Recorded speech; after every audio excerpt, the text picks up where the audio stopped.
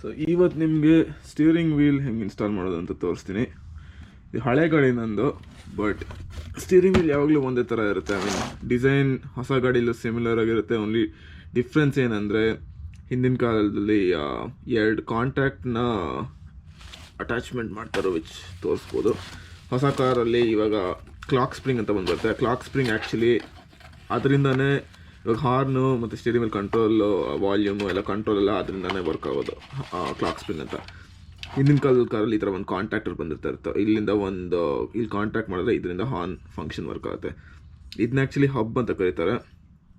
ನಂದು ಈ ಹೊಸ ಸ್ಟಿಯರಿಂಗ್ ವೀಲ್ನ ನನ್ನ ಹಳೆ ಕಾರಿಗೆ ವರ್ಕ್ ಮಾಡೋಕ್ಕೆ ಈ ಹಬ್ಬನ್ನು ಯೂಸ್ ಮಾಡಬೇಕು. ಎಸೆನ್ಷಿಯಲಿ ಏನು ಮಾಡುತ್ತೆ ಅಂದರೆ ಇದ್ರ ಒಳಗಡೆ ಸ್ಪ್ಲೈನ್ಸ್ ಅಂತ ಇರುತ್ತೆ. ಈ ಸ್ಪ್ಲೈನ್ಸು ಸ್ಟೀರಿಂಗ್ ಕಾಲಮ್ ಸ್ಪ್ಲೈನ್ಸ್ ಜೊತೆ ಮೇಟ್ ಮಾಡಿದಾಗ ಇದರಿಂದ ಅದಕ್ಕೆ ಟ್ರಾನ್ಸ್ಫರ್ ಆಗುತ್ತೆ. ಸೊ ಅಲ್ಲಿಂದ ಬೇಸಿಕ್ಲಿ ಇದಕ್ಕೆ ಅವಾಗ ಸ್ಟೀರಿಂಗ್ ವೀಲ್ ಬೋಲ್ಟ್ ಮಾಡಿದ್ರೆ ಅವಾಗ ಕನೆಕ್ಷನ್ ಕ್ರಿಯೇಟ್ ಆಗುತ್ತೆ.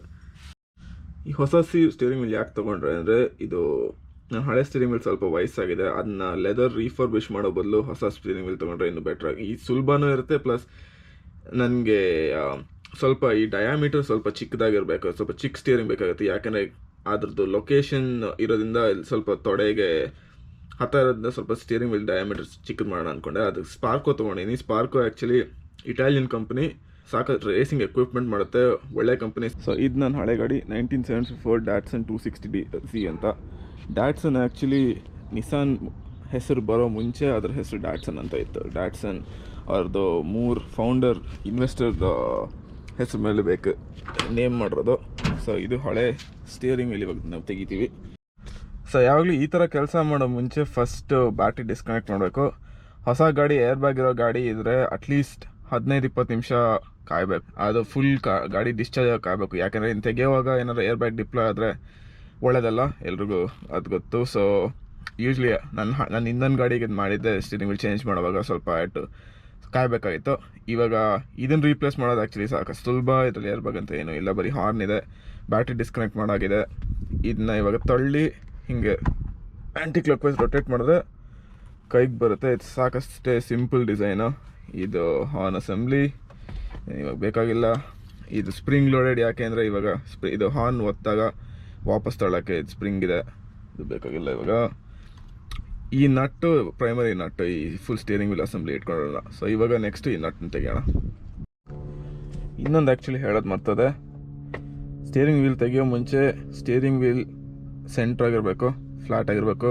ಆ್ಯಂಡ್ ರೋಡಲ್ಲಿ ಟಯರ್ಸನ್ನು ಸ್ಟ್ರೈಟ್ ಆಗಿರಬೇಕು. ಆವಾಗ ವಾಪಸ್ ಸ್ಟೀರಿಂಗ್ ವೀಲ್ ಹೊಸ ಸ್ಟೀರಿಂಗ್ ವೀಲ್ ಹಾಕಿದ್ರೆ ಏನು ಅಲೈನ್ಮೆಂಟ್ ಇಶ್ಯೂಸ್ ಇರೋಲ್ಲ. ಸೊ ಅದೇ ಸ್ಟೀರಿಂಗ್ ವೀಲ್ ಸ್ಟ್ರೈಟ್ ಆಗಿರಬೇಕು ಅಂತ ನೋಡ್ಕೊಳ್ಳಿ. ಇವಾಗ ನನಗೆ ಇಂಪ್ಯಾಕ್ಟ್ ರೆಂಚ್ ಅಂತ ಇದೆ, ಅದು ಆ್ಯಕ್ಚುಲಿ ಈ ಥರ ಕೆಲಸ ಮಾಡೋಕ್ಕೆ ಸ್ವಲ್ಪ ಸುಲಭನೇ. ಇದು ಆ್ಯಕ್ಚುಲಿ ಆಕ್ಸಿಡೈಸ್ ಬಿಟ್ಸ್ ಯೂಸ್ ಮಾಡಬೇಕು, ಬಟ್ ಇದರಲ್ಲಿ ಜಾಸ್ತಿ ಟಾರ್ಕ್ ಬೇಕಾಗಲ್ಲ, ಅದಕ್ಕೆ ನಾನು ರೆಗ್ಯುಲರ್ ಬಿಟ್ಸ್ ಯೂಸ್ ಮಾಡ್ತೀನಿ. ಬಟ್ ಎನಿವೇ, ಸೊ ಆಚೆ ಬಂತು. ಸೊ ಫುಲ್ ತೆಗಿಯೋ ಮುಂಚೆ ಸ್ವಲ್ಪ ಒಳಗಡೆ ಸ್ಕ್ರೂ ಮಾಡಿಟ್ಕೊಂಡ್ರಿ, ಯಾಕಂದರೆ ಇದೇನಾದ್ರು ಆಚೆ ಬಂದರೆ ಬಂದು ಮಕ್ಕ ಹೊಡಿಯುತ್ತೆ. ಇವಾಗ ಮಜಾ ಇರುತ್ತೆ ಇದು ಸ್ಟೀರಿಂಗ್ ವೀಲ್ ತೆಗಿಯೋಕ್ಕೆ. ಮ್ಯಾಲೆಟ್ ಅಂತ ತಾನೆ, ಬೇಸಿಕ್ಲಿ ಸುತ್ತಿಗೆ ಥರ, ಬಟ್ ರಬ್ಬರಿಂದ ಮಾಡಿರೋದು. ಸೊ ಸ್ವಲ್ಪ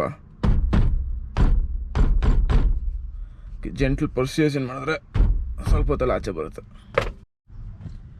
ಸೊ ಸ್ಟೀರಿಂಗ್ ವೀಲ್ ಇವಾಗ ತೆಗ್ದಾಯಿತು. ಸ್ಟೀರಿಂಗ್ ವೀಲ್ನ ತುಂಬ ಜೋರಾಗಿ ಹೊಡಿಬೇಡಿ, ಯಾಕಂದರೆ ಅದೇನೋ ಹೊಡೆದ್ರೆ ಇದ್ರ ಅಲೈನ್ಮೆಂಟ್ ಹಾಳಾಗ್ಬೋದು, ಮತ್ತು ಬೇರಿಂಗಲ್ಲಿ ಪ್ಲೇ ಇಶ್ಯೂಸ್ ಬರ್ಬೋದು. ಸೊ ಸ್ವಲ್ಪ ಜೆಂಟ್ಲಾಗಿ ಬಟ್ ತೆಗಿಯೋಂಗೆ ಸ್ವಲ್ಪ ಫೋರ್ಸ್ ಹಾಕಬೇಕು. ಇದು ಹಳೆ ಡಿಸೈನ್, ಇವಾಗ ನೋಡಿದ್ರೆ ಗೊತ್ತಾಗುತ್ತೆ. ಇದು ಆ್ಯಕ್ಚುಲಿ ಕಾಂಟ್ಯಾಕ್ಟರ್, ಇದರಿಂದನೇ ಹಾರ್ನಿಗೆ ಕನೆಕ್ಷನ್ ಬರೋದು. ಒಳಗಡೆ ಇದೆ ಸಿಂಪಲ್, ಇದೆ ಹಿಂದಿನ ಗಾಡಿ ಸಿಂಪಲ್ ಎಲೆಕ್ಟ್ರಾನಿಕ್ಸು ಮತ್ತು ಕನೆಕ್ಷನ್ಸ್ ಎಲ್ಲ ಇಲ್ಲಿ ಕಾಣುತ್ತೆ.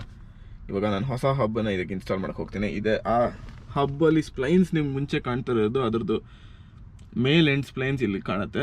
ಈ ಕಾರಲ್ಲಿ ಆ್ಯಕ್ಚುಲಿ ಸ್ವಲ್ಪ ಸ್ಪೆಷಲು, ಯಾಕಂದರೆ ಇಲ್ಲಿ 2 ಥರ ಸ್ಪೇಸ್ ಇದೆ 2 ಕಡೆ ನಾನು ಹಾಕ್ದಂಗೆ. ಸೊ ಈ ಕಾರಲ್ಲಿ ಅದೇ ಈ ಥರ ಎಲ್ಲ ಸ್ವಲ್ಪ ಕೇರ್ಫುಲ್ಲಾಗಿ ನೋಡ್ಕೊಳ್ಬೇಕು. ಏನಾದರೂ ಇದು ಆ್ಯಕ್ಚುಲಿ ಬರೀ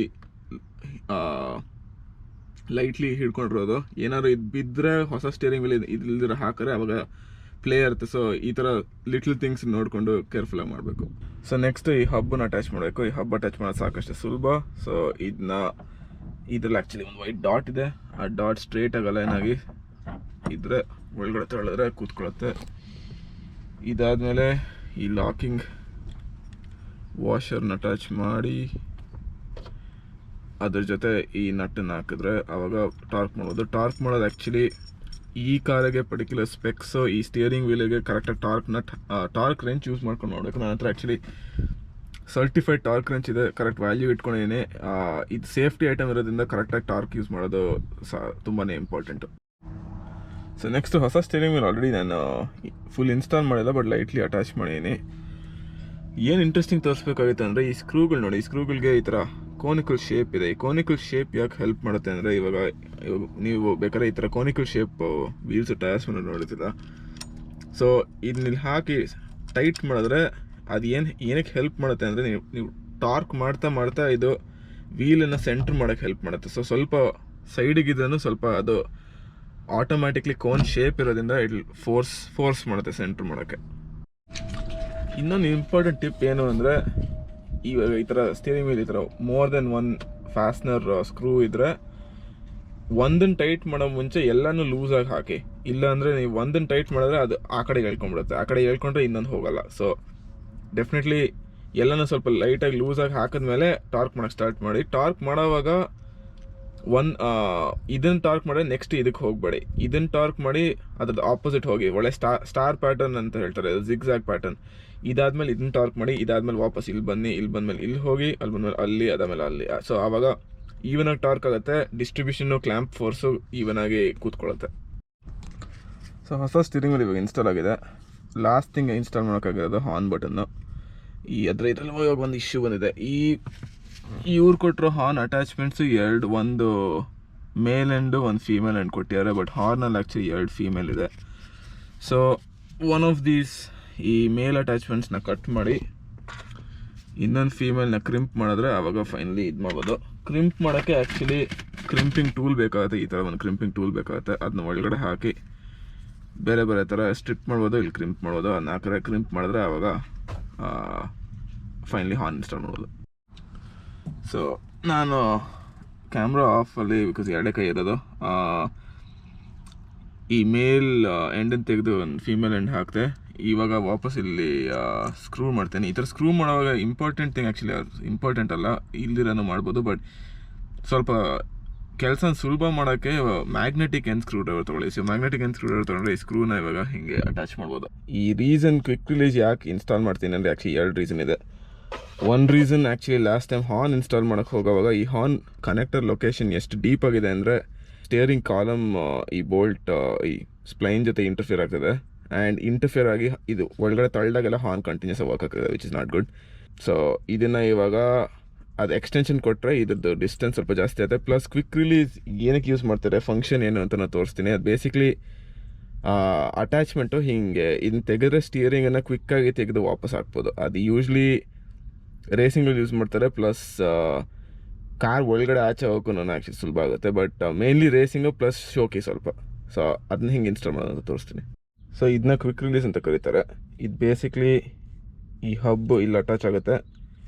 ಆ್ಯಂಡ್ ಇಲ್ಲಿ ನೋಡಿದ್ರೆ ಇಲ್ಲಿ ಹಿಂದೆ ಈ ಪ್ಯಾಟರ್ನ್ ಇದೆಯಲ್ಲ, ಆ ಪ್ಯಾಟರ್ನ್ ಹೇಳಿದ್ರೆ ಇದು ಮೇಲೆ ಇದು ರಿಲೀಸ್ ಆಗುತ್ತೆ. ಸೊ ಟ್ರೈ ಮಾಡ್ತೀನಿ ಒಂದು ಕೈಯಲ್ಲಿ, ಆಗಲ್ಲ, ಇಲ್ಲ ಒಂದು ಕೈಯಲ್ಲಿ ಆಗೋಲ್ಲ. ಸೊ ಬೇಸಿಕ್ಲಿ 2 ಕೈಯಲ್ಲಿ ಇಟ್ಕೊಂಡು ರಿಲೀಸ್ ಆದರೆ ಇದು ಮೇಲೆ ಆಚೆ ಬರುತ್ತೆ. ಇದು ಸ್ಟಿಯರಿಂಗ್ ವೀಲ್ ಅಟ್ಯಾಚ್ ಆಗಿರುತ್ತೆ. ಸೊ ಹಾಗೆ ಇದನ್ನ ಹೇಳಿದ್ರೆ ಸ್ಟಿಯರಿಂಗ್ ವೀಲ್ ಆಚೆ ಬರುತ್ತೆ. ಅದಕ್ಕೆ ಕ್ವಿಕ್ ರಿಲೀಸ್ ಅಂತ ಕರೀತಾರೆ, ಬೇಗ ರಿಲೀಸ್ ಮಾಡ್ಬೋದು. ಸೊ ಈಗ first part of the hub install ಆಗಿದೆ. ಸೊ ಬೇಸಿಕ್ಲಿ ಇದು ಹೆಂಗೆ ವರ್ಕ್ ಆಗುತ್ತೆ ಅಂದರೆ ಇದನ್ನ ಹಿಂಗೆ ಅಲೈನ್ ಮಾಡಿ ತಳ್ಳಿದ್ರೆ ಇದು ಹಿಂಗೆ ಅಟ್ಯಾಚ್ ಆಗುತ್ತೆ. ಹಿಂಗೆ ಇಟ್ಕೊಂಡು ಹೇಳಿದ್ರೆ ಆಚೆ ಬರುತ್ತೆ. ಸೊ ಸ್ಟಿಯರಿಂಗ್ ವೀಲ್ ಇದಕ್ಕೆ ಇನ್ಸ್ಟಾಲ್ ಆಗುತ್ತೆ. ಆಮೇಲೆ ಸ್ಟಿಯರಿಂಗ್ ವೀಲ್ ಹಿಂಗೆ ಕೂತ್ಕೊಡುತ್ತೆ. ಎಲ್ಲ ಇನ್ಸ್ಟಾಲ್ ಮಾಡಿದ್ರೆ ಹೆಂಗೆ ವರ್ಕ್ ಆಗುತ್ತೆ ಅಂತ ತೆಗೆದು ತೋರಿಸ್ತೀನಿ. ಸೊ ಸ್ಟಿಯರಿಂಗ್ ಇವಾಗ ಇನ್ಸ್ಟಾಲ್ ಮಾಡಾಗಿದೆ. ಟ್ರೈ ಮಾಡ್ತೀನಿ ಇದನ್ನ ತೆಗೆದು ತೋರ್ಸೋಕ್ಕೆ. ಒಂದು ಕೈಯಲ್ಲಿ ಸ್ವಲ್ಪ ಕಷ್ಟ, ಬಟ್ ಟ್ರೈ ಮಾಡ್ತೀನಿ. ಸೊ ಬೇಸಿಕ್ಲಿ ಕ್ವಿಕ್ ರಿಲೀಸ್ ಹೆಂಗೆ ಅಂದರೆ ಇದನ್ನ ಹಿಂಗೆ ಇಟ್ಕೊಂಡು ಹಿಂಗೆ ಹೇಳಿದ್ರೆ 1 ನಿಮಿಷ ಹಿಂಗೆ ತೆಗೆದ್ರೆ ಆಚೆ ಬರುತ್ತೆ.